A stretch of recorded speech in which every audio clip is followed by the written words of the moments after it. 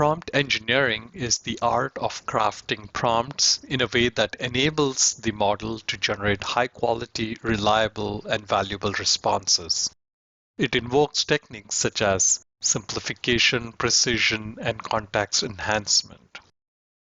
I often come across people who provide a list of 10 prompts and say, if you know all these, you know how to effectively use generative AI. Some have a list of 20, some have a list of 100 prompts, and so on. After using ChatGPT for more than 3 months, I have simplified the prompt structure into one formula. RPO parameters. Role, purpose, outcome, followed by as many parameters as you would want. Then you break down the prompts for effective results. As part of parameters, make sure to include relevant keywords or phrases that can help guide the model. One thing to remember: better prompt equals better results. Bias input equals bias output. That is also something that we need to remember.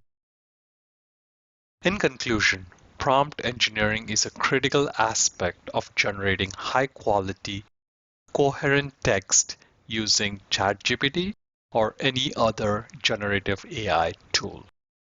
Here, I'm asking ChatGPT to write a witty bio, and then I am taking a resume and copy-pasting it here, and let's see what it does. Well, it generates a witty bio about the person, the name, their title, education, key achievement, and some of the accomplishments as they work. Now let's try RPO method, where we give the RPO and parameters. Let's start. As a federal diplomat speechwriter, write a speech about Clara to position her as the advisor to US President. Paste the same resume. Here we have given the role, given the purpose, and also the outcome. And now let's take a look at what it has been generating. Again, it starts with introducing who the person is, talks about their accomplishments and education, and it starts getting a little bit more into the details of what this person have achieved and how they have achieved, because now it has a purpose.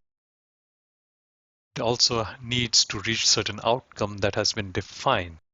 So all of a sudden now, same resume, you change the prompt and you get a completely different response.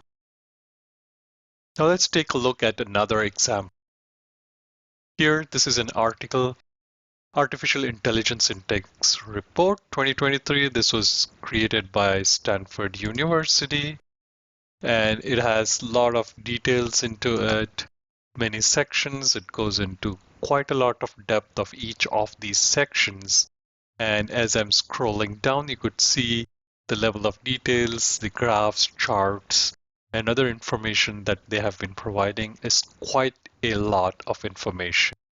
And if I scroll down all the way to the end, it is almost 385 pages. Now for me to read it and summarize it, digest it is quite a work. So let's ask ChatGPT to summarize this report. And then we give the link to the report. It quickly writes about what the report is and few things about it. Now let's use the RPO method. Instead of saying summarize this report, we modify this now to our role. So as an analyst, then we ask it to provide key takeaways, key findings, and next steps.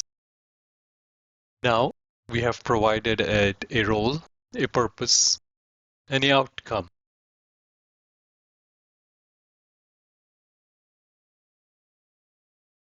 Let's see what it has been generating. So if you see, it started a category of key takeaways. Let's list a few takeaways. Then it went on to findings and also the next steps. Now, as I've mentioned earlier, you also then follow up with more prompts, and let's dig into a little bit more about this report to find out more specifics. And in this case, I wanted to find out there are any risks, and if there are, how do we mitigate those risks? So we then follow it by this prompt here.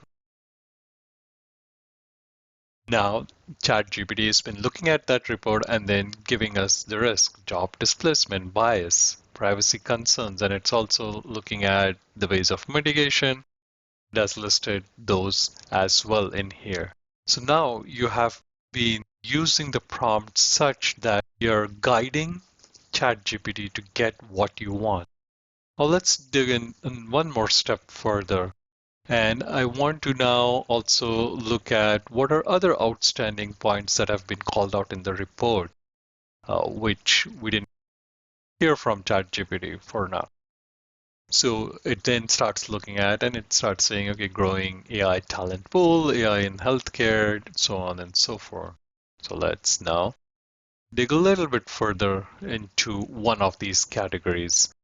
And you say, can we expand on the AI in education? And it starts going into it. It's like, certainly. And it starts listing out adaptive learning, intelligent tutoring, grading, and assessment, so on and so forth. So as you follow up with your prompts, you start getting more and more results.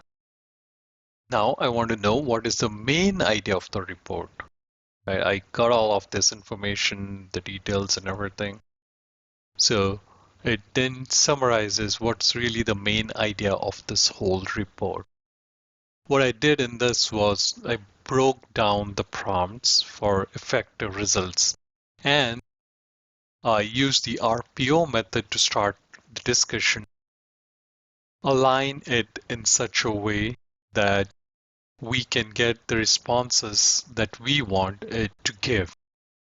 So with this, I have provided the reference about prompts. And as we go forward with using these tools more and more, prompt engineering will be more obvious, more specific, and also we have to be creative. It's like whispering into someone's ears to get the right answer. I will follow up with another video to get into more details of these prompts, how they're engineered, and what tools are out there.